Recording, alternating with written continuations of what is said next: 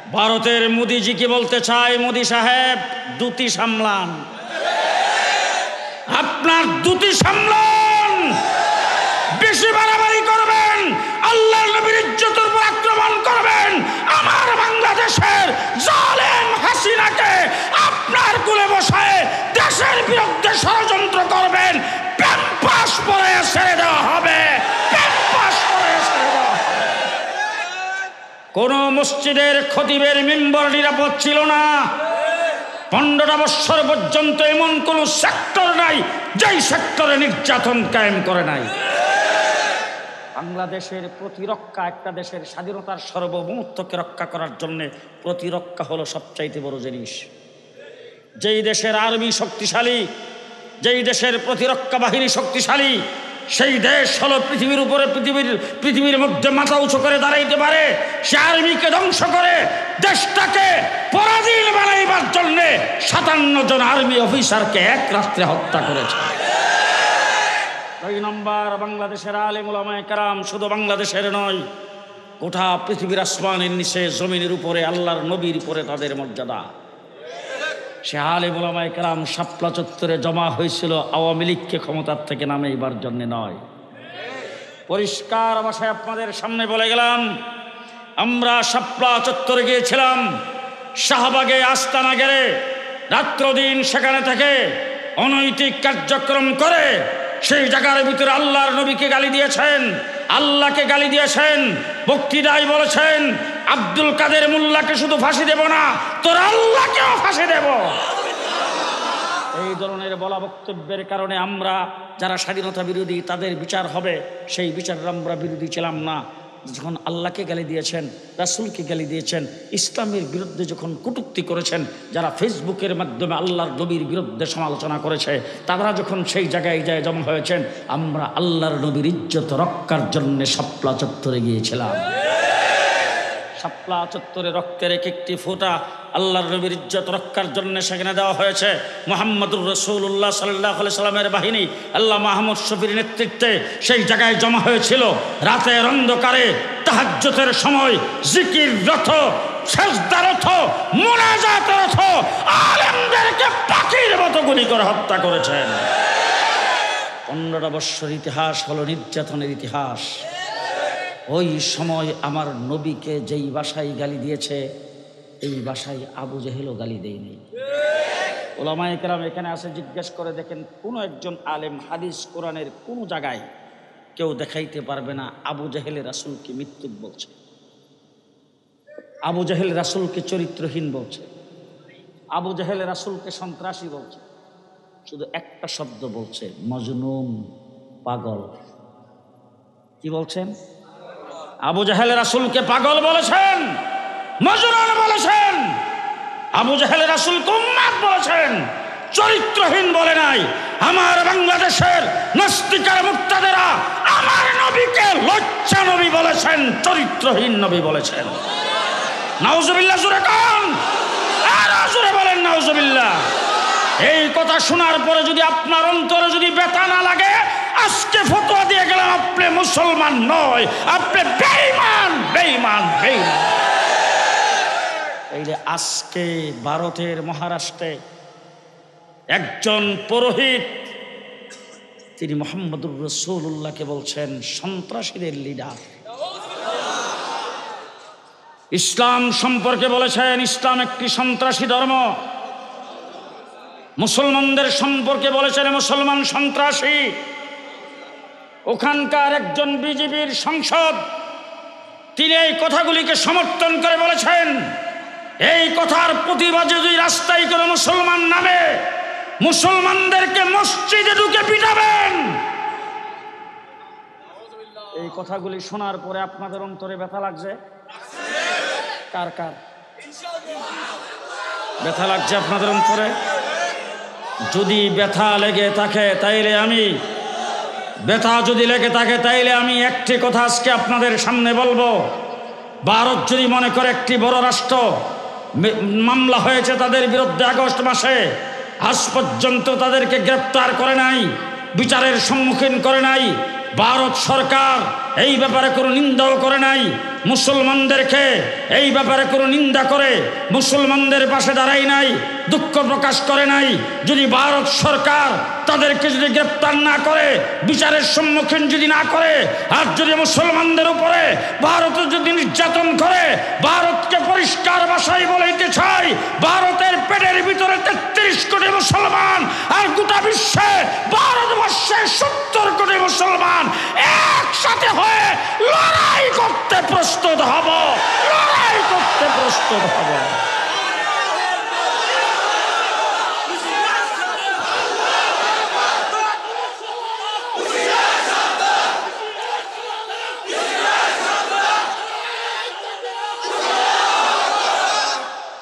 মুসলমান, শুধু একটি কথা আপনাদের সামনে বলে গেলাম, আমরা মুসলমান। পৃথিবীর বর্তমান সবচাইতে বড় শক্তিধর পরাশক্তি হলো আমেরিকা। 20 বছর পর্যন্ত চেষ্টা করে আফগানিস্তানে থাকতে পারে নাই, জাঙ্গিয়া পরে সেখান থেকে বিদায় হইতে হয়েছে। হযরত শামসুল হক ফরিদপুরি রহমতুল্লাহ আলাইহি বলতেন, তুমি আল্লাহরে পাইছো, দুনিয়ার সব পাইছো, আল্লাহরে পাও নাই, কিছুই পাও নাই। ফেরাউন আল্লাহরে পাই নাই, ধন সম্পদ পাইছে। নমরুদ আল্লাহকে পাই নাই, ধন সম্পদ পাইছে। আবু জাহেল আল্লাহকে পাই নাই, লিডারই পাইছে। বুশ ওবামা আল্লাহরে পাই নাই, রাজত্ব পাইছে। ঠিক কিনা কর? হ্যাঁ? আর আল্লাহরে পাইছে কালো বেলাল। মর্যাদা কার বেশি? দেখতে খুব সুন্দর। হ্যাঁ, হায় হায়, বংশের কোনো খবর নাই, ধন সম্পদ মুঠেও নাই, শ্বশুর বাড়িও পজিশন মতো না, কিছুই নাই, সর্দারিও নাই, মাতবরিও নাই, মাল সম্পদও নাই, টাকা পয়সাও নাই, বাড়িও নাই, ঘরও নাই, পাইছে আল্লাহরে। কাকে পাইছে? আল্লাহরে পাইছে। রাসূল সাল্লাল্লাহু আলাইহি সাল্লাম জান্নাতের ভিতরে, দুনিয়াতে হাঁটে, জান্নাতে তার পায়ের তালি শোনা যায়। এই জন্যে লাইন কার সাথে থাকবে? আল্লাহর সাথে। কথা খুব সংক্ষেপ, ভালো করে বুঝবেন। আমরা অনেক সময় গ্রামে গঞ্জে বিভিন্ন জায়গায় গন্ডগোল হয়, তো গন্ডগোল হইলে বড় বড় সর্দাররা ইসা বিচার বানায়। এখন বিচারের মধ্যে যদি কোন রায় হয়, তো ওয়ার্ডের মেম্বাররে বড় সর্দারে ডাক দেয়, তোমার ওয়ার্ডের লোকজনকে তুমি কয়ে দাও।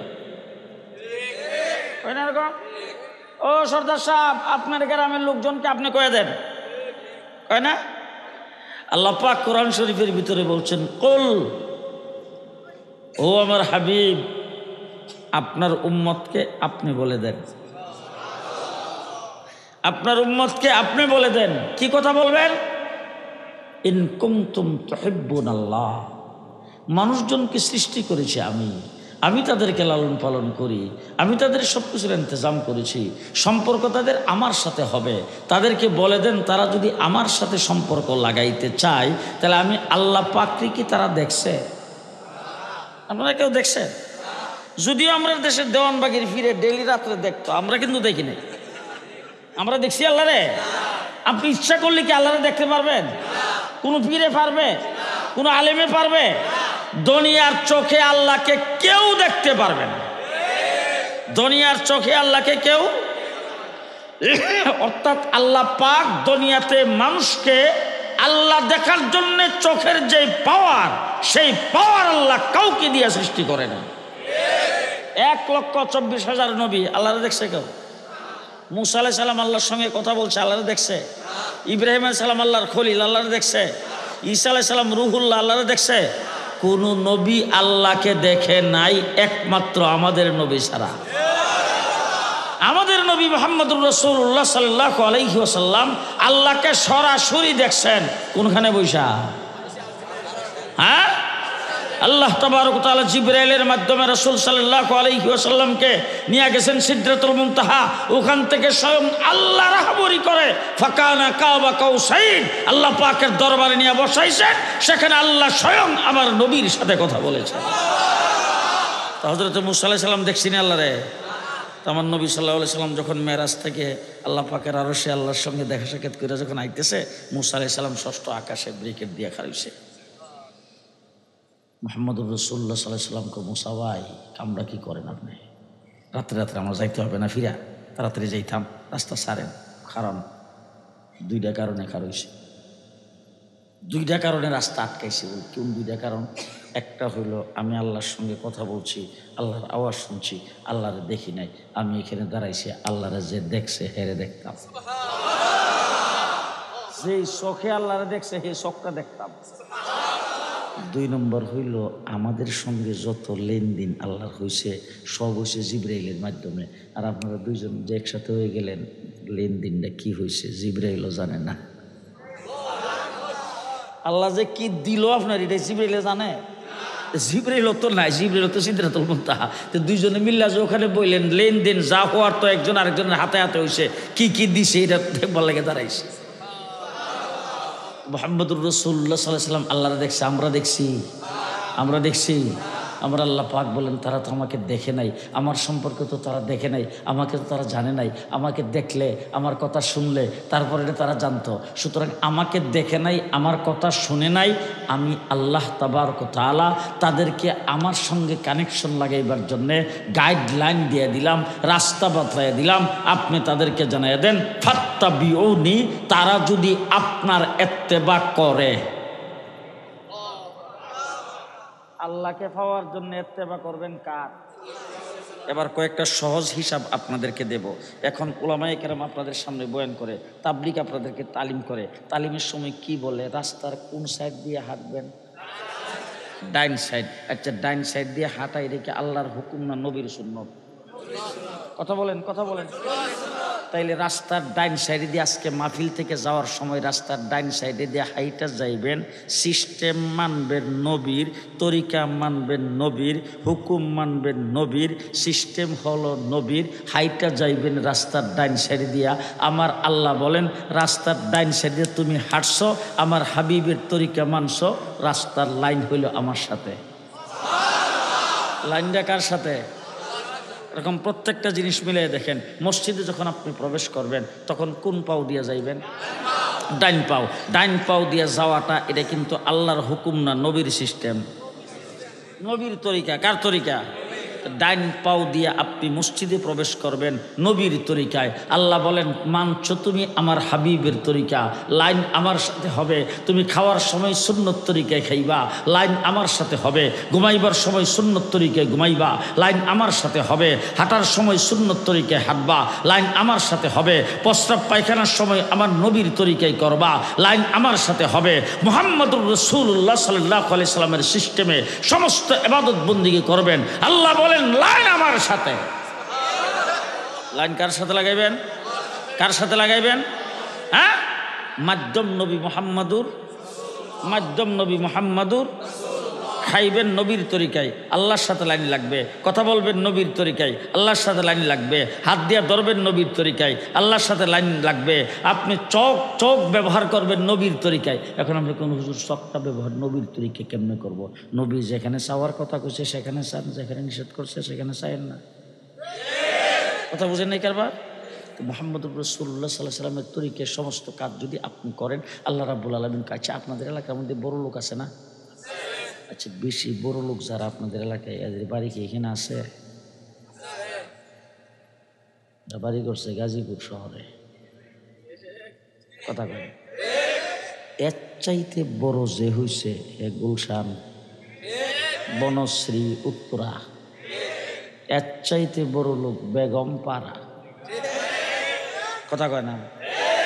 যে বড় লোক হে তোমার এলাকায় থাকে না, তোমার কাছে থাকে না, তুমি তাকে 10 বছর একবার খুঁজে পাও না। এখন আপনার এলাকার অনেক বড় একজন লোক হয়ে গেছেন, কোটি কোটি টাকার মালিক। এরপরে সে লন্ডন, আমেরিকা সব জায়গায় ঘোরাফেরা করেন। এখন গুলশান ধানমন্ডিতে বাড়ি করছে। হঠাৎ করে যখন এলাকায় ঈদে সান্দে কোনো সময় আসে কয়েক বছর পর পরে, তখন এলাকার যে পরিচিত লোকজন আছে বাপের কাছ থেকে শুনছে, এরা যায় গাড়ির আশেপাশে তা ঘুরে। তো হঠাৎ করে একজনের সঙ্গে দেখা হয়েছে। দেখা হয়ে সবটার নজরটা যখন পড়ছে তখন জিজ্ঞেস, ছেলেটা কেডারে? এবারে ওইটা আচ্ছা আমরা যখন জিগাইছে একটু যখন আচ্ছা যাক সামনে দাঁড়িয়ে সালাম দিয়ে চাচা আপনি আমার চিনবেন না, আমি করমালির পোলা। ও আচ্ছা, কোন করমালিরই? উত্তর ভাড়া করবেন। ও ও আচ্ছা আচ্ছা আচ্ছা চাচা, আপনার কথা আমার আব্বা খুব কইতো। আমার আব্বা যতদিন জিন্দা ছিল আপনার কথা খুব কইতো। একসাথে বলে আপনারা শুরু শুরু স্কুলে পড়ছেন। বলা চাচা নাম্বারটা যদি একটু দিতেন, মধ্যে মধ্যে দরকার হইলে নাম্বারটা যদি একটু দিতেন। আমার আম্মা কইছিল আপনার নাম্বারটা, ডাক ডাক করে নাম্বারটা দিয়ে দেয়। নাম্বার দিছে দারোয়ানের নাম্বার। দারোয়ান 6 মাস টেলিফোন করে পাওয়া যায় না। কথা বুঝেন নাই কারবার? যে বড় লোক হেরে টেলিফোন করে পাওয়া যায় না, হে আপনার বাড়ির কাছে থাকে না, হেরে দেখা পান না, হেরে দৌড়ে ধরতে পারেন না, হে তাকে অনেক দূরে। এবার আমি আপনাদের জিজ্ঞাসা করতে চাই, আল্লাহ কত বড়? জি, আল্লাহ কত বড়? হায় হায় হায়, ওয়াসিয়া কুরসিয়্যুহুস সামাওয়াতি ওয়াল আরদ। আল্লাহ রাব্বুল আলামিন যে কত বড়, হিসাব তো আপনাদেরকে দিতে পারবো না। তবে জানি রাখেন খুব ভালো করে, তামাম পৃথিবীটা যে আমরা যে জমিনের মধ্যে বসবাস করি, আসমানের তুলনায় জমিন হইল একটা বিরাট বড় মাঠের মধ্যে যদি ফুটবলটা রাখেন, ফুটবলটা যেই পরিমাণ, আসমানের তুলনায় ফুটবলটা হইল এই পরিমাণ। আর 7 আসমান যদি আল্লাহর আরশের সামনে একত্রিত করেন, তাহলে আরশের সামনে 7 আসমান হবে একটা ফুটবলের মতো, আর আরশটা হবে মাঠের মতো। ওয়াসিয়া কুরসিয়্যুহুস সামাওয়াতি ওয়াল আরদ। তামাম সৃষ্টি জগৎ পুরাটাকে বেষ্টনী দিয়ে রেখেছেন আল্লাহ পাকের কুরসি। আল্লাহ কত বড় এটা তো আপনাদেরকে বুঝাইতে পারবো না। তাহলে আল্লাহ এত বড়, আল্লাহরে পাইবেন কো? আপনার এলাকার বাপ চাচা, আপনার ভাই ভাতিজা বড় হয়ে গেলে আপনার কাছে পান না, তা আল্লাহ এত বড়, আপনার আল্লাহরে কই পাইবেন? আল্লাহকে পাওয়া এত সহজ না। এবার আল্লাহ পাক বলেন, সহজ পন্থাটা তোমরা যাই না নাও, যদি আমার হাবিবের ইত্তেবা করতে পারো, তোমরা যাই না রাখো, তুমি আমার বিশ্রাই পাইবা না। আমার টেলিফোন নম্বর তোমার কাছে নাই, তুমি আমার লাইন লাগাইবার জন্য কই যাই আমারে তালাশ করবা। তোমাদেরকে পরিষ্কার ভাষায় বলে দিলাম, আমার হাবিবের ইত্তেবা করবা, ইউহিব্বুকুমুল্লাহ, আমি আল্লাহ নিজে বিশ্রাইয়া তোমারে বাইর কইরা তোমার লগে লাইন লাগাবো। সহজ হইছে না কঠিন? সহজ হয়েছে না কঠিন? আল্লাহ বলেন, আমার সাথে তোমার লাইন লাগাইতে হবে না, তুমি আমার সাথে সম্পর্ক লাগাইতে হবে না, তুমি আমার বিশ্রায় বের করতে হবে না, তুমি আমার দৌড়ে ধরতে হবে না, তুমি আমার হাবিবের ইত্তেবা করো, আমি তোমার দৌড়ে ধরবো, আমি তোমার সাথে লাইন লাগাবো। সেই লাইন আমরা সবাই লাগাইতে চাই না? সবাই লাগাইতে চাই না? তাহলে তরিকা মানতে হইব কার? সিস্টেম মানতে হইব কার? সিস্টেম মানতে হইব কার? নবী মুহাম্মদুর রাসূলুল্লাহ সাল্লাল্লাহু আলাইহি সাল্লামের। মনে থাকবে তো? মনে থাকবে তো?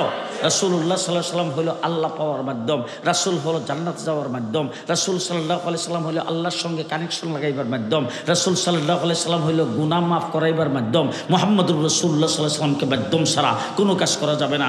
সেই নবীকে আপনারা কতটুকু ভালোবাসেন? কদ্দুর কদ্দুর কদ্দুর? দৃষ্টান্ত স্বরূপ বলতে চাই, আপনার চোখের মধ্যে ব্যথা, চোখ অসুবিধা, চোখ কাটাইছেন, চোখ অপারেশন করছেন, এখন ডাক্তার বলে দিছে সেজদা দেওয়া যাবে না, বলে কিনা? এখন ডাক্তার বলছে সেজদা দেওয়া যাবে না। এবার হুজুরের কাছ থেকে ফতোয়া তালাশ করেন তো, হুজুর ডাক্তার বলছে মাথার নিচের দিকে দিয়ে সেজদা দেওয়া যাবে না, এখন আমি কি করব? আপনি তখন সেজদা না দিয়া ইশারা দিয়া নামাজ হবে কিনা? এবার আপনার ফতোয়া কিন্তু আপনারা দিবেন, কিছু মাসলা আপনারাও দিয়েন। এবার বলেন তো সেজদা কার হক? আরো জোরে। তাইলে আপনার অসুস্থতা বেড়ে যাওয়ার সম্ভাবনা যদি থাকে, তাহলে আল্লাহর হক মাফ, আল্লাহর হক মাফ। এবার আসেন দেখি, রোজা ফরজ করছেন কে? আল্লাহ। রোজা কার হক? আল্লাহর হক।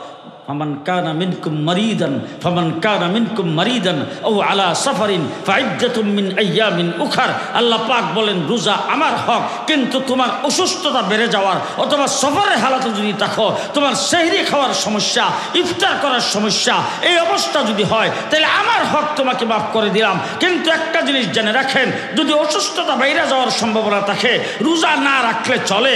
অসুস্থতা বাইরে যাওয়ার সম্ভাবনা যদি থাকে, সেজদা না করলেও চলে। আপনি রুকু সেজদা না করেও নামাজ আদায় করতে পারেন, আল্লাহর হক মাফ করা যায়। কিন্তু রাসূল সাল্লাল্লাহু আলাইহি ওয়াসাল্লামের কোন হক যদি আপনার সামনে আসে, জান গেলে গাও সেটা আদায় করতে হবে, মাফ নাই। ঠিক কিনা বলেন? ঠিক কিনা বলেন? আমার নবী মুহাম্মদুর রাসূলুল্লাহ সাল্লাল্লাহু আলাইহি সাল্লামকে যদি কোনো ব্যক্তি আপনার সামনে গালি দেয়, পরিষ্কার ভাষায় বলছি, আমি এখন আসছি, আমার দেশের বাড়ি ব্রাহ্মণবাড়িয়া, আমি টাকি ঢাকায় আসছি আপনাদের শ্রীপুর গাজীপুরে। এখন এই জায়গায় যদি আমার মারে বাপরে তুল্লা যদি কেউ গালি দেয়, তাইলে আমি এইখানে বেশি জোর দেখাইতে পারবো না। তার কারণ হলো আমার ভাই ভাতিজা এখানে নাই তো।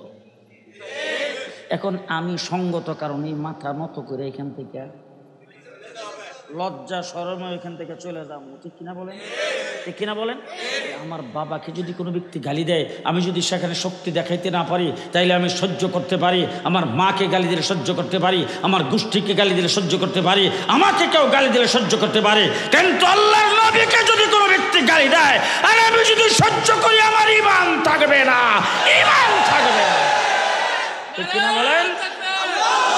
তাইলে মুহাম্মদুর রাসূলুল্লাহ সাল্লাল্লাহু আলাইহি ওয়াসাল্লামকে ভালোবাসতে হবে নিজের জীবনের চাইতেও বেশি, ঠিক কিনা বলেন? জীবনের চাইতেও বেশি, ঠিক কিনা বলেন?